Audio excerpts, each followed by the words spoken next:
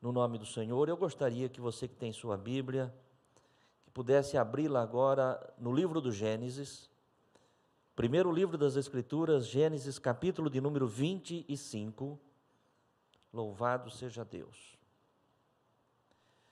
Gênesis, capítulo de número 25.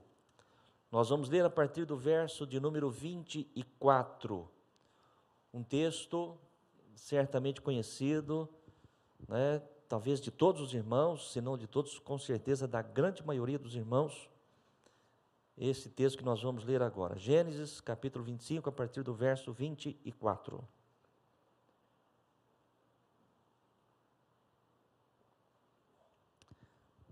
Diz assim: E cumprindo-se os dias para dar à luz, eis gêmeos no seu ventre. E saiu o primeiro ruivo e todo como um vestido cabeludo, por isso chamaram o seu nome Esaú. E depois saiu o seu irmão, agarrado a sua mão ao calcanhar de Esaú, por isso se chamou o seu nome Jacó. E era Isaque da idade de 60 anos quando os gerou.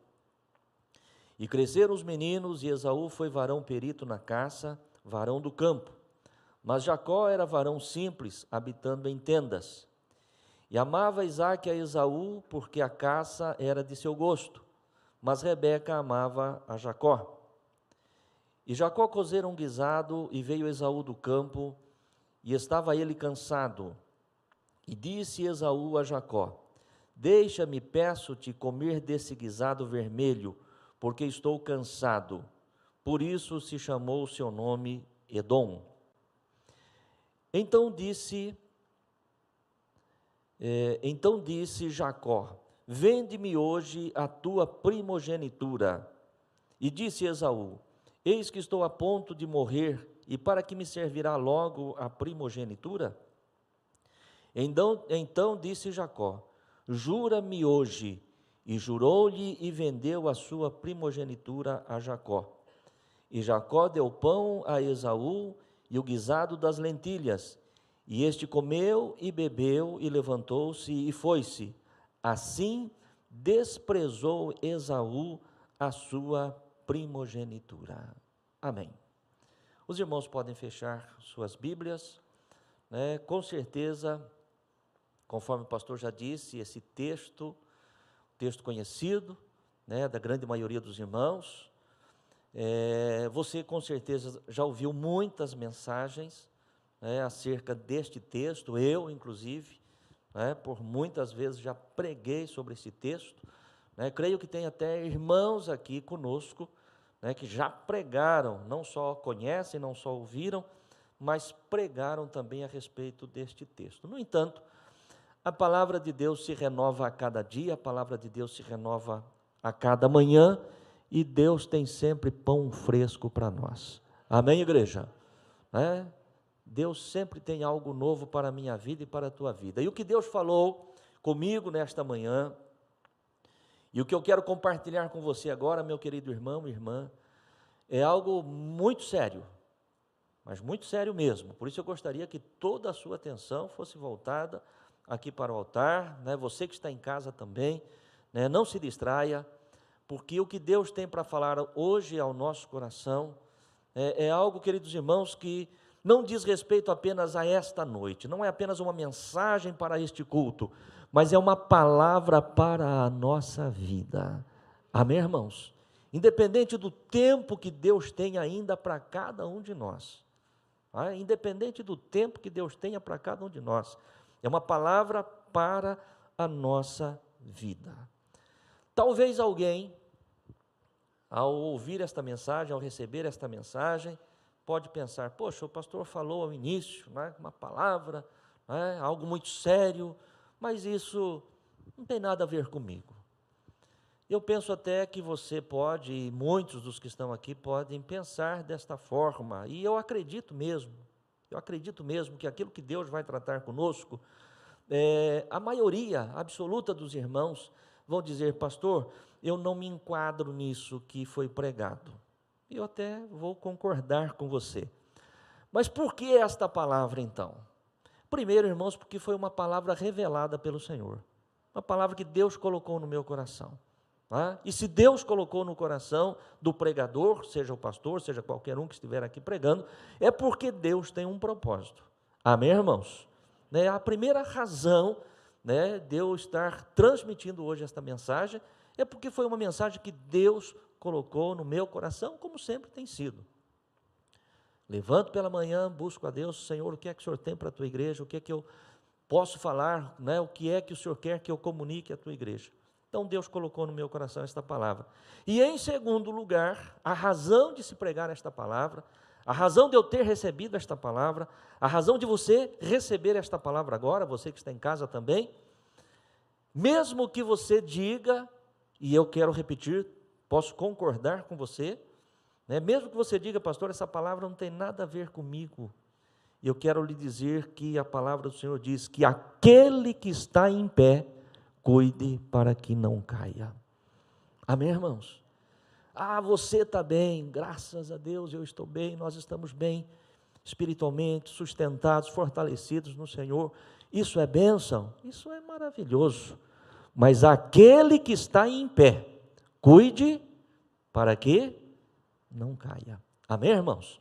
Então, redobre a tua atenção no nome do Senhor Jesus. O texto lido, ele nos fala, né, da família de Isaac.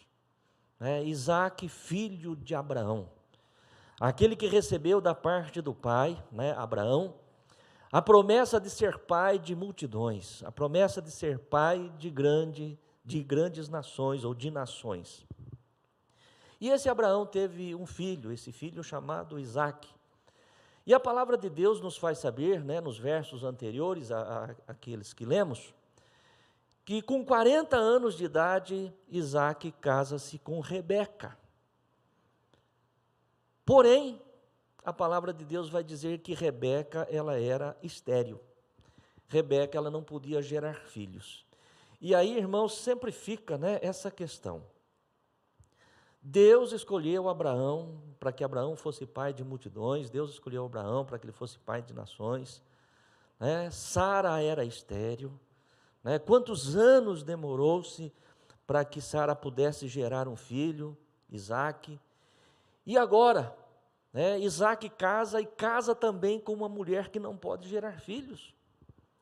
No entanto, a palavra de Deus vai dizer, e você que tem mais familiaridade com a palavra do Senhor vai se lembrar disso, que Isaac orou por Rebeca, para que o Senhor pudesse lhe abrir a madre, que ela pudesse conceber e que ela pudesse gerar filhos, porquanto Isaac conhecia da promessa de Deus dada a seu pai Abraão.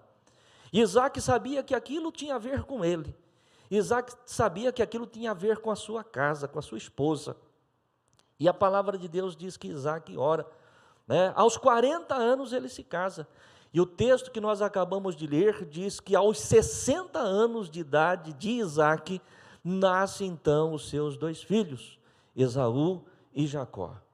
Eu quero aqui, né, dentro desta mensagem, porque este não é o assunto da mensagem, mas eu quero aqui dentro desta mensagem já abrir um parênteses e dizer para você, né, observando a perseverança de Isaac, né, em buscar a Deus, a fé de Isaac em confiar na promessa de Deus, que por 20 anos ele ora e intercede pela sua mulher.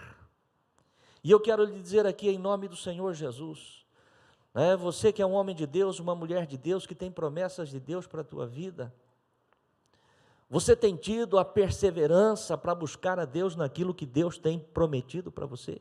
Naquilo que Deus tem colocado no teu coração? Às vezes nós estamos diante de uma promessa, diante de uma bênção de Deus para as nossas vidas, para a nossa casa, a nossa família, oramos 10, 15 dias, achamos que já oramos demais, desistimos da oração, desistimos de buscar, não perseveramos. Isaac perseverou, Isaac orou, Isaac buscou por 20 anos, até que a promessa se cumprisse. Amém, irmãos? Então é isso que eu quero desde já, embora não é o assunto, mas que você coloque no teu coração. Não desista de buscar a Deus. Não deixe de confiar no Senhor. O nosso Deus, Ele é fiel e Ele vela e zela por cumprir as suas palavras. Amém? O texto então diz que aos 60 anos de vida de Isaac, nasce-lhe Esaú e Jacó.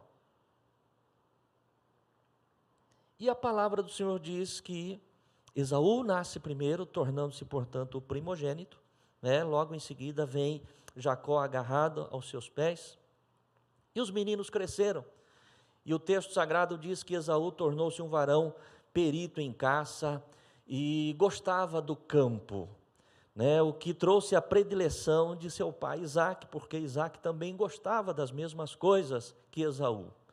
Já, no entanto, Jacó, ele era um varão simples, um rapaz simples, que gostava mais de estar em casa, mais próximo da mãe, e, portanto, também recebeu a predileção da mãe, Rebeca amava Jacó. E o texto nos diz que, num determinado dia, Jacó prepara ali um guisado, uma sopa de lentilhas, e neste momento, Esaú está voltando do campo, Esaú está voltando da caça, e sente aquele aroma daquela sopa, daquele guisado, e chega para o seu irmão e pede: dá-me um pouco deste guisado. E a palavra do Senhor nos vai dizer que astutamente Jacó diz para Esaú: dê-me a tua primogenitura e eu lhe darei deste guisado. E Esaú diz: mas de que me vale a primogenitura se eu estou aqui, com tanta fome, se eu estou aqui quase morrendo? E a palavra do Senhor diz que Esaú, ele passa para Jacó, ele transfere a Jacó a sua primogenitura. Mas é interessante, irmãos, você olhar para o texto, porque quando Esaú concorda com isso, Jacó pede para que ele faça um juramento. Jura-me então, que darás a tua primogenitura. E Esaú faz este juramento, porque ele jamais poderia quebrar, ele jamais poderia voltar. Se ele tivesse simplesmente dito, sem juramento, ele poderia até arrepender-se e voltar. Mas, na sua astúcia, Jacó cerca de tal maneira que não deixa possibilidade de arrependimento para Esaú. E então, após o juramento, Jacó lhe dá pão do seu guisado, Esaú come, bebe, sacia-se e se retira. E aí o texto termina dizendo, que assim desprezou Esaú a sua primogenitura. Mas é preciso, irmãos, que nós saibamos, para aqueles que talvez ainda não saibam, é preciso que saibamos, que entendamos o que significa esta primogenitura, ou o que significava esta primogenitura para os israelitas, para os judeus, de acordo com a cultura judaica, e não só a cultura, mas a própria lei de Moisés. O que significava essa primogenitura? A primogenitura era a bênção dada pelo pai ao filho mais velho, ou seja, ao primeiro filho, ao primogênito. É uma bênção do pai para o primeiro filho, e registra-se aqui o primeiro filho homem, o primeiro filho varão. A mulher não era contada na primogenitura. Se em qualquer família nascesse primeiramente uma menina, uma mulher, ela não era considerada a primogênita. Poderia nascer uma mulher, poderia nascer duas mulheres, mas apenas o primeiro filho homem que nascesse, este era considerado o primogênito da família. E sendo ele o primogênito da família, ele receberia da parte do pai uma bênção especial. E o que significava esta bênção?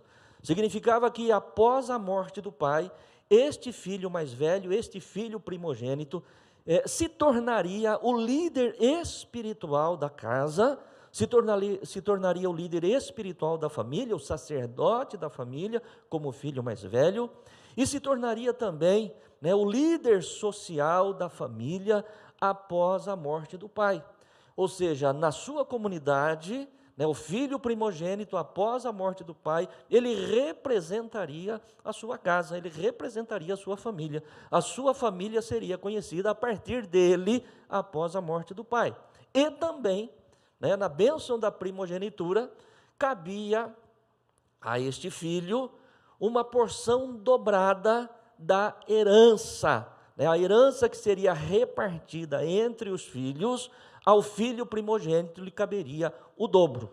Então, esta é a bênção da primogenitura, né? Se tornar o líder espiritual, se tornar o líder social da família, receber porção dobrada da herança, e era exatamente nisto que Jacó estava de olho. É exatamente isto que Jacó desejava. Jacó desejava, após a morte de seu pai Isaque, ele ser o cabeça da família, ele ser o sacerdote da casa. Jacó desejava, após a morte de Isaque, seu pai, né, se tornar aquele que representaria socialmente dentro da comunidade a sua família. E certamente Jacó também estava de olho na porção dobrada da herança, né, a qual o texto sagrado diz que Esaú desprezou. Mas, contextualizando a bênção da primogenitura, ou seja, trazendo para a nossa realidade de hoje, o que significa para nós, né, a bênção da primogenitura? Significa, meu querido irmão e irmã, todas as bênçãos que eu e você temos direito, que foi conquistado por Jesus através do seu sacrifício lá na cruz do Calvário. Amém, irmãos? É a bênção que está sobre a minha vida, é a bênção que está sobre a tua vida. E o que é maravilhoso, irmãos, para nós, né, que vivemos nesta dispensação, na dispensação da graça, né, é que não existe para Deus filhos privilegiados, né? A bênção, ela é repartida a cada um de nós. Você e eu, todos nós temos direito nas bênçãos que o Senhor tem preparado para nós. Agora, o importante é nós pensarmos, né, se nós de fato estamos valorizando aquilo que Deus tem nos dado, né, ou se de repente, a semelhança do próprio Esaú, às vezes desprezamos a bênção da primogenitura, ou a bênção que o Senhor tem dado para o seu povo, para a sua igreja. Veja bem, esta mensagem, conforme o pastor já disse, já pregada certamente várias vezes por mim mesmo aqui, e eu observo não apenas as mensagens que eu tenho pregado em cima desse texto, mas outras mensagens tantas que eu tenho ouvido, né, de outros pregadores dentro desse texto, sempre nos remete, sempre nos leva a exortarmos a igreja, né, ou seja, o Espírito Santo de Deus, exortando a igreja, exortando aos irmãos, exortando a cada um de nós, em relação ao valor que nós damos às coisas do Senhor, e que muitas vezes são trocadas por coisas pequenas, por coisas banais, né, por prazeres deste mundo, por prazeres carnais, né, coisas efêmeras, tão passageiras, né, que então sempre nós fazemos esta relação, né, para que nós não troquemos as bênçãos do Senhor por um prato de lentilhas, né, por coisas tão pequenas, tão passageiras, né, por prazeres que em minutos, né, acabam, e aí você fala, puxa vida, olha o que eu fui fazer, né, por uma coisa tão boba, tão pequena, né, que eu podia ter suportado, que eu podia ter resistido, né, pequei contra Deus, abri mão da bênção de Deus, né, atraí inclusive maldição sobre a minha vida, sobre a minha casa, sobre a minha família. Então, muitas vezes, irmãos, e na maioria das vezes que nós pregamos, nós sempre pensamos nisso, né? Coisas banais, coisas pequenas, que as pessoas não abrem mão, ao contrário, abrem mão da bênção, abrem mão daquilo que Deus tem, né, por coisas que não significam absolutamente nada. Mas hoje pela manhã, quando o Senhor me deu este texto e essa mensagem ao coração, não foi apenas destas pequenas coisas, desses pequenos prazeres mundanos e carnais, que muitas vezes o diabo coloca diante de nós, que Deus falou ao meu coração. Deus falou ao meu coração, irmãos, e é aqui que eu digo para você que o que Deus tem para nós hoje é muito sério. O que Deus falou ao meu coração é o que fazermos diante das investidas de Satanás contra a nossa vida, quando se trata não de um prazer efêmero, não de um prazer mundano e carnal que passa em segundos ou em minutos, mas o que fazer quando nós estamos diante de reais necessidades. Reais necessidades. Necessidades que diz respeito à nossa vida como ser humano. Algumas vezes, irmãos, necessidades que diz respeito até mesmo à sobrevivência das pessoas. E todos nós temos circunstâncias nas nossas vidas, ao longo da nossa caminhada, de necessidades reais.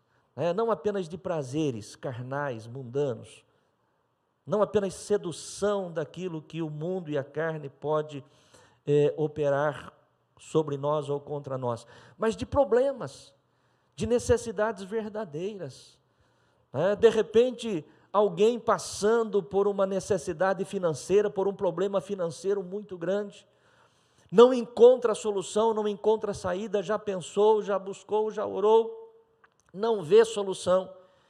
E é neste momento, irmãos, estou aqui apenas trazendo um exemplo, uma ilustração, é neste momento de necessidade, esta necessidade financeira que às vezes alguém pode estar passando por um momento de humilhação nesta área, credores batendo a sua porta, seu nome negativado, de repente um veículo já com auto de apreensão e coisas dessa natureza, e de repente é nesta hora de angústia, nesta hora de aflição, nesta hora de necessidade, que o inimigo atravessa o caminho deste homem, desta mulher, e diz: eu tenho um servicinho para você, viu, coisa simples, é só você fazer uma viaginha, você vai e leva, o dinheiro está na tua mão, você resolve o seu problema, não precisa mais, é uma vez só, você faz uma vez só, você resolve o teu problema, ninguém vai ficar sabendo, e você toca a sua vida em diante.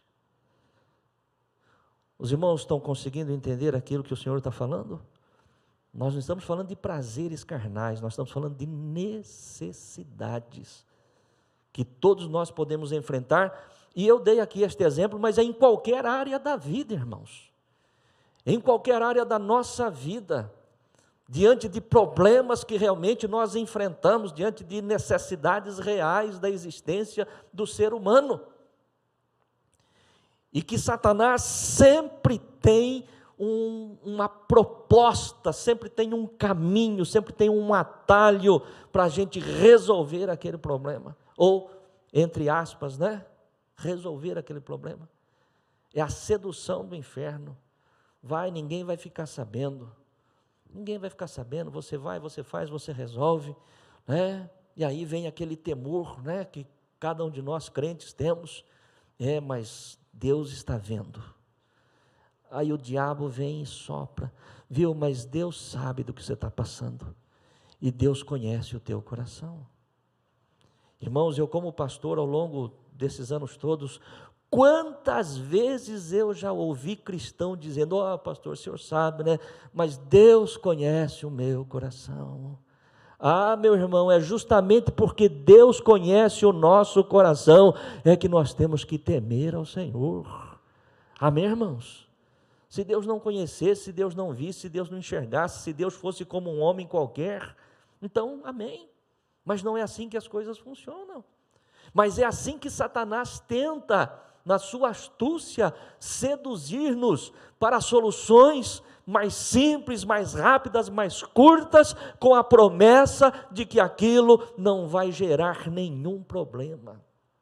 Às vezes a pessoa está com problema no casamento, problema na família, e o maligno faz atravessar o seu caminho, e coloca ali alguém, uma pessoa, um homem, uma mulher. Não, é coisa simples, é uma vez só, você vai ficar bem, você vai ficar em paz, vai desestressar, vai resolver o teu problema. Ninguém precisa ficar sabendo, tua esposa não vai ficar sabendo, teu marido não vai ficar sabendo, ninguém vai ficar sabendo. Resolve, fica em paz. não vai acontecer nada, ninguém vai saber, não precisa saber. E Deus sabe, Deus conhece o teu coração. Você sabe aquilo que você está passando lá com a tua esposa, você sabe aquilo que você está passando lá com o teu marido, então não tem problema, viu? Deus perdoa, Deus conhece. Irmãos, isso aí é o inferno, é a sedução de Satanás para roubar a tua bênção por um prato de lentilhas.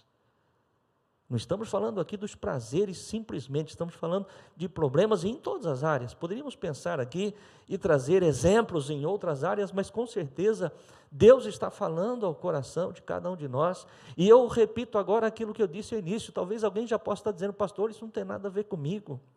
Louvado seja Deus, porque também não tem nada a ver comigo, mas aquele que está em pé, cuide para que não caia. Amém, irmãos? Cuide para que não caia. E desta forma, nós observamos a sedução e a astúcia que Jacó teve para com Esaú. A astúcia que Jacó teve para com Esaú. A forma como ele lidou com aquela situação, que ele tratou com aquela situação. E é a forma, meu querido irmão e irmã, que muitas vezes o inimigo usa para conosco. Não foi assim que aconteceu lá no jardim? Foi assim que o maligno falou com Eva? Não, fique em paz, não vai acontecer nada disso. Apenas os seus olhos serão abertos, conhecerá o bem e o mal, vocês serão iguais a Deus. E essa questão de morte, que vocês vão morrer, imagina, isso não vai acontecer. Você está entendendo, irmãos? A sagacidade, a astúcia do inimigo para tentar nos levar a uma solução para um problema real, para um problema verdadeiro, que talvez você possa estar enfrentando agora, quem sabe talvez alguém até entre nós, se não aqui no templo, quem sabe talvez alguém por esta live, ou quem sabe nos dois, aqui e lá, ou quem sabe em lugar nenhum, mas tem alguém vivendo uma situação semelhante a essa. Quem sabe alguém de repente aí já pensando nesta semana que vem, nessa proposta que você recebeu diante do problema que você está enfrentando, e você já estava quase cedendo a isso, e nesta noite você está ouvindo esta mensagem da parte de Deus para dizer que este não é o caminho. Amém? Este não é o caminho. Quando nós pensamos, irmãos, na tentação, no desejo de sedução contra a vida do ser humano, nós não podemos deixar de lembrar, como exemplo maior para todos nós, da tentação que o próprio Senhor Jesus sofreu. A tentação que o próprio Senhor Jesus sofreu. Após o seu batismo, a palavra de Deus diz que ele é conduzido pelo Espírito ao deserto, e ali ele consagra a Deus um período de 40 dias, para depois, a partir daí, dar início ao seu ministério. 40 dias de jejum. E o texto sagrado vai nos dizer que após esses 40 dias, Jesus teve fome. E é uma necessidade humana, natural, de qualquer ser vivo, ser alimentado. E a palavra de Deus diz que Jesus estava com fome. E o que foi que aconteceu, irmãos? Não foi exatamente aquilo que nós estamos tratando? O diabo chegou em Jesus neste momento de uma necessidade real do Senhor, e disse: se tu és o Filho de Deus, diga para que estas pedras transformem-se em pães. Seja uma solução rápida. Para quem é o Filho de Deus, isso não é nenhum problema. Rapidinho você vai e você resolve.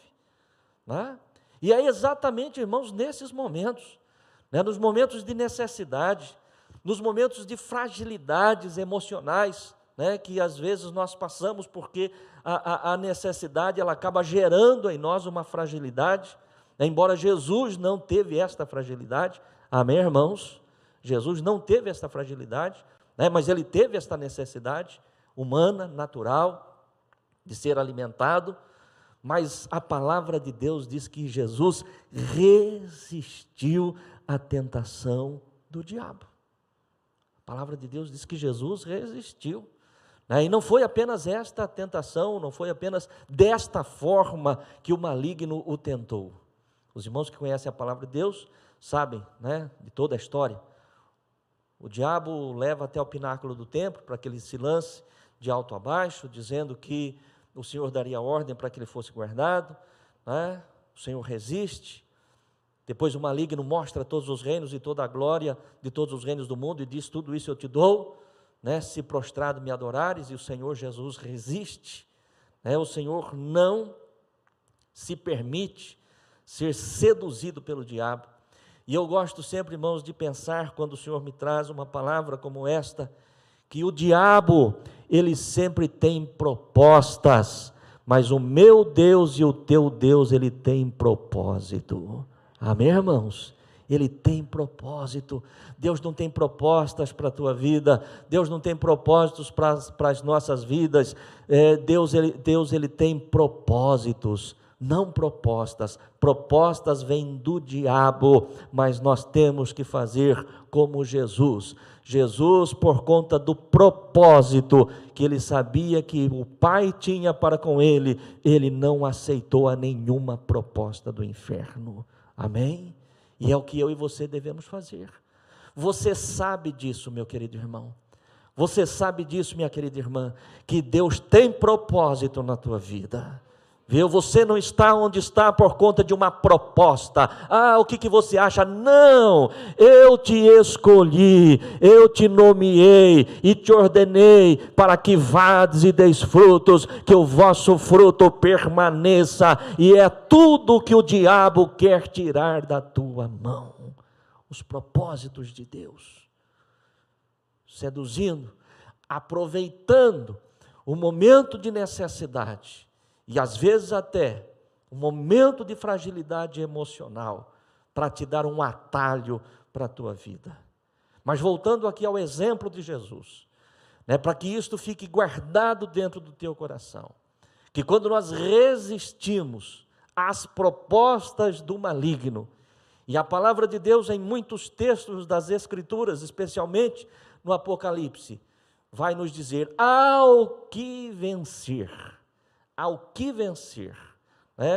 tomando o exemplo de Jesus, eu gostaria que quem estiver conosco na projeção, coloque aí Mateus capítulo 4, versículo de número 11, Mateus 4, verso 11, veja bem o que diz o texto. Então o diabo o deixou, está falando daquele momento lá da tentação, do qual nós já nos referimos. Então o diabo o deixou, e eis que chegaram os anjos e o serviram. Amém, irmão? Segura esse versículo aí. Você entende aquilo que Deus tem para as nossas vidas? Você entende aquilo que Deus tem para quem resiste às propostas do diabo? Após resistirmos, após vencermos, a palavra do Senhor diz a respeito de Jesus e a respeito da minha vida e da tua vida também: eis, então o diabo o deixou, e eis que chegaram os anjos e o serviram. Quando você e eu, quando nós, a igreja de Cristo, quando nós, os cristãos, resistirmos às tentações, às investidas, às tentativas de seduções do diabo, você pode ter certeza que o Senhor enviará o seu anjo com a resposta, com aquilo que eu e você necessitamos. Ele enviará. Amém, igreja? Ele enviará. Talvez alguém diga: pastor, mas eu estou já buscando há tanto tempo. Eu estou orando há tanto tempo. Por que é que as coisas ainda não aconteceram? As coisas não aconteceram porque ainda certamente não era o tempo de Deus. Não é o tempo de Deus. Veja bem, nós dissemos ao início desta palavra, por quanto tempo Isaac orou para que Rebeca pudesse gerar. 20 anos. 20 anos de oração. Poxa, mas Deus não poderia ter respondido com 10? né? Teria economizado 10 anos de oração. É verdade. Deus poderia ter respondido com 10, Deus poderia ter respondido com 5, com 3, com 2, né? Para Deus não tem. Mas eu e você estamos dentro de um propósito de Deus. E é isso que nós temos que entender.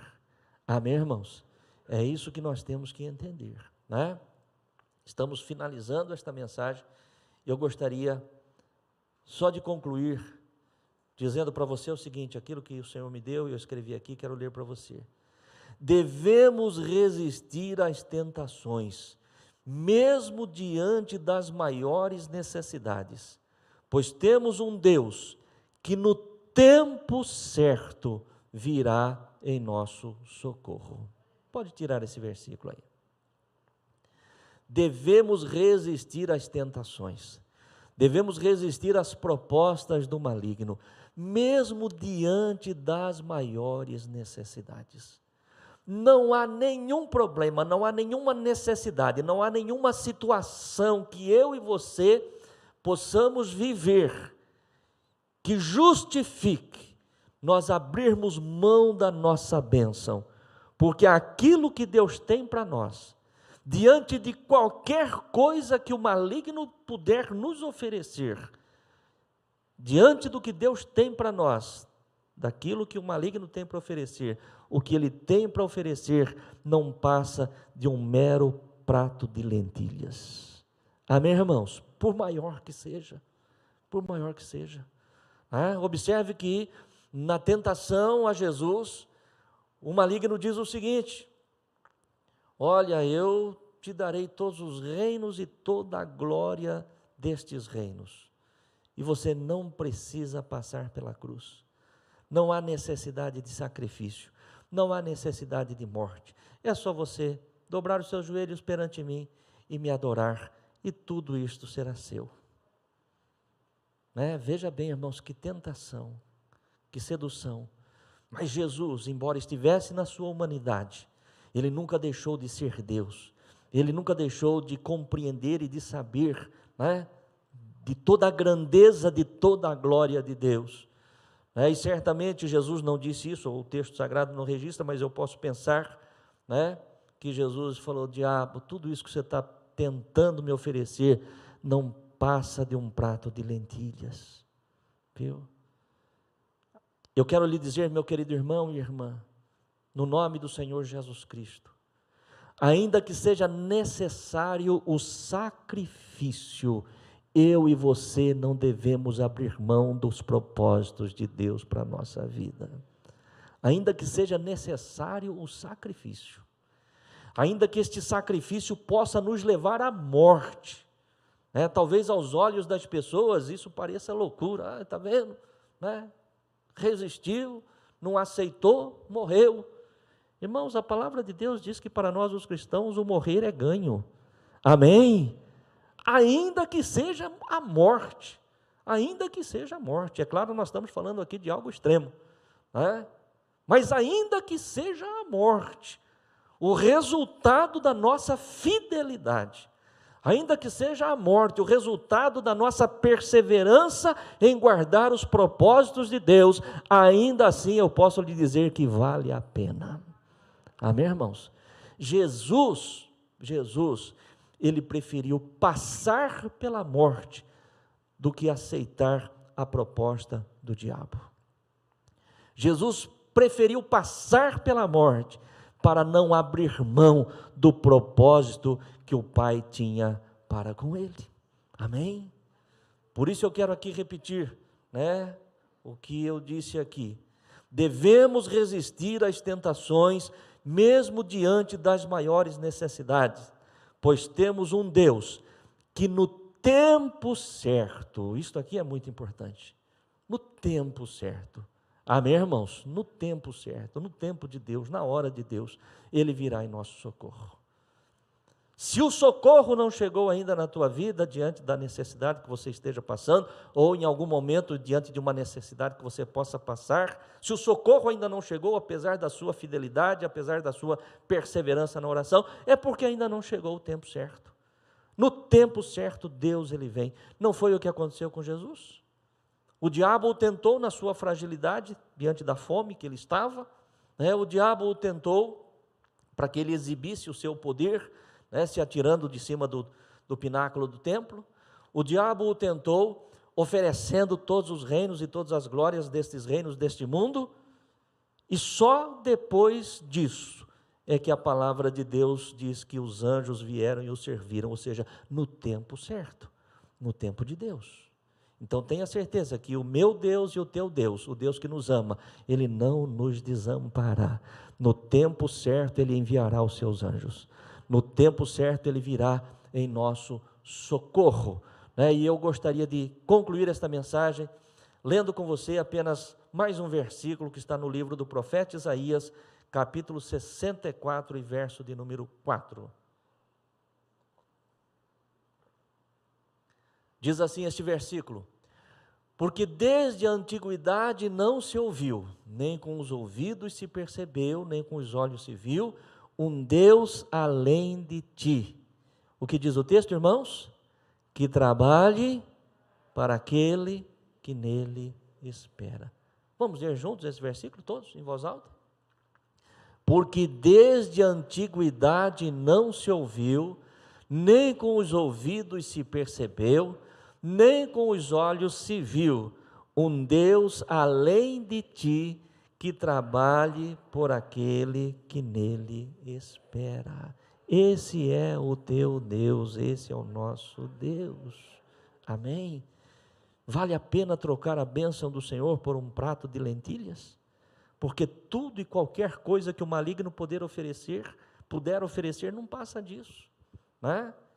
E o que é triste, irmãos, nós pensarmos no caso de Esaú, né, voltando aqui para o texto, e trazermos isso para a nossa reflexão, que o escritor da carta aos Hebreus, se referindo a este episódio, ele vai dizer que Esaú, mesmo com arrependimento, mesmo com lágrimas, ele não conseguiu reaver aquilo que ele havia perdido. Amém, irmãos? Ele não conseguiu reaver, se arrependeu, né? Que bobagem que eu fiz, olha o que eu fui fazer, entreguei a minha primogenitura, né? Perdi a bênção, e aí ele se arrepende, é o que o escritor da carta aos Hebreus diz, mas ele não conseguiu reverter isto. Por quê, irmãos? Porque ele tinha entregue, né? Alguém poderia dizer, mas a culpa disso foi de Jacó. Jacó que usou de astúcia para com o irmão, né? Jacó usou de astúcia? Usou, é verdade. Mas a bênção estava com Esaú. Amém, irmãos? Jacó jamais poderia alcançar o que alcançou, simplesmente porque ele usou de astúcia. Jacó jamais poderia ter alcançado o que alcançou, simplesmente porque ele seduziu a seu irmão em um momento de fragilidade. Não. Assim como também, algumas pessoas às vezes culpam o diabo, né? Não, porque o diabo fez. Irmão, preste atenção. Eu falei isso de manhã, as pessoas ficaram assim meio temerosas, né? O diabo está fazendo o que é certo para ele, né? Amém, irmãos? Né? Porque o diabo ele tem tentado a cada um de nós. É o trabalho dele, irmãos. Amém? Ninguém tem que ficar bravo com o diabo porque ele está tentando, não. Ele está tentando porque ele é o tentador. Ele tenta seduzir. Então ele está fazendo a parte dele. É eu que preciso fazer a minha. Porque ele jamais vai tirar de mim, da minha vida, da tua vida, da vida de cada crente, ele jamais vai tirar de nós aquilo que nós não entregarmos com a própria mão. Amém? Ele jamais, ele não tem esse poder. O poder dele se limita na sedução. O poder dele se limita na tentação. O poder dele se limita no engodo. O poder dele se limita na mentira. Mas eu louvo a Deus, porque na minha vida, já há quase 50 anos atrás, o Senhor abriu os meus olhos espirituais. Na tua vida, independente do tempo que você faça, que está nesta caminhada, em algum tempo da tua vida, o Senhor já abriu os teus olhos espirituais. Amém, irmãos? O Senhor já abriu os teus olhos, não é? O Senhor já abriu os nossos olhos, irmãos. Nós sabemos quem é o nosso inimigo, nós sabemos quem é o nosso adversário, nós sabemos qual é o seu modus operandi, nós sabemos como ele age, nós sabemos como ele trabalha. Por isso nós temos que estar sempre vigilantes, sempre atentos, porque ele trabalha exatamente desta forma, para roubar, matar e destruir, mas ele não vai conseguir sobre mim e contra mim qualquer coisa que eu não lhe entregar com a minha própria mão, como fez Esaú com a sua bênção da primogenitura por Jacó. Então o errado não foi Jacó, o errado foi Esaú. Amém, irmãos? O errado foi Esaú. Tanto é que por conta disso, Deus abençoa a vida de Jacó. Lá na frente Deus muda o seu nome, muda o seu caráter. E hoje, quando nós falamos de Israel, nós estamos falando de Jacó. Aquele que lutou por uma coisa que não lhe pertencia, mas o outro entregou a ele de mão beijada, desprezando aquilo que Deus havia dado. Que esta palavra fique no teu coração, viu? É muito sério, porque às vezes nós não refletimos, e achamos que as coisas não têm consequências, e isso não é bem assim. E dependendo da bobagem que se fizer, as consequências são eternas, e aí é pior ainda. Há algumas coisas que a gente consegue consertar aqui, mas dependendo do que for, as consequências são eternas. Mas eu louvo a Deus, e eu encerro essa mensagem dizendo, irmãos, que quando Deus me traz uma palavra como esta, ou semelhante a esta, sempre me vem ao coração o grande amor de Deus por nós. Como Deus nos ama, como Deus está sempre nos guardando, como Deus está sempre abrindo os nossos olhos, como Deus está sempre dizendo para nós, olha, lá na frente tem um abismo, viu? Muda o rumo, faça uma conversão, muda o sentido, muda a direção, porque se permanecer nesta rota, ou se entrar por este caminho, lá na frente pode ter um abismo. Então eu vejo em palavra como esta, e assim como toda a palavra de Deus, a revelação do grande amor de Deus para conosco, porque a própria Escritura diz que Deus não quer que ninguém se perca, mas que todos venham à salvação. Coloque-se de pé no teu lugar. Vamos falar com Deus, vamos agradecer a Deus, vamos dizer, Senhor, muito obrigado, porque eu tenho resistido às seduções, às tentações do maligno em todas as áreas da minha vida. Ou se de repente você que está aqui é privilegiado por não ser tentado, diga, Senhor, eu te agradeço porque eu não tenho sido tentado, mas se eu for tentado, Senhor, que eu possa resistir. Amém, irmãos? Que eu venha a resistir em nome de Jesus. O Senhor me deu um tema para esta mensagem, e eu estou passando para você esse tema, encerrando a mensagem. E o tema da nossa mensagem de hoje foi resistindo à tentação. Amém, irmãos? Resistindo à tentação. Vamos orar a Deus. Querido Deus e Pai, no santo e bendito nome de Jesus, sou grato a Ti, Senhor, pela palavra que o Senhor trouxe ao meu coração e que eu compartilhei com a Tua igreja neste dia, Senhor. Ó Deus, tomando o exemplo de Esaú e Jacó, Senhor, de alguém que abriu mão, que desprezou a bênção que ele tinha concedida pelo Senhor, que assim eu, meu Deus, e a Tua igreja, o Teu povo, venhamos a valorizar, Senhor, as bênçãos, venhamos tomar posse das promessas, venhamos a ser vigilantes contra as astutas ciladas do diabo, venhamos a resistir, Senhor, toda a tentação, todo o desejo, Senhor, de sedução da parte do maligno. Ó Deus, que em nenhuma área das nossas vidas, por maiores que sejam as nossas necessidades, nós venhamos a ceder às propostas do diabo, Senhor, mas que permaneçamos no seu propósito, em nome de Jesus Cristo.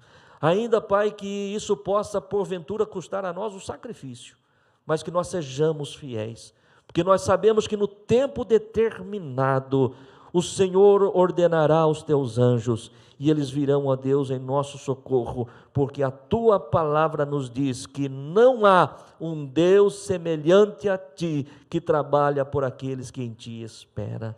Nós esperamos em Ti, Senhor, nós confiamos em Ti, e sabemos que o Senhor está no controle.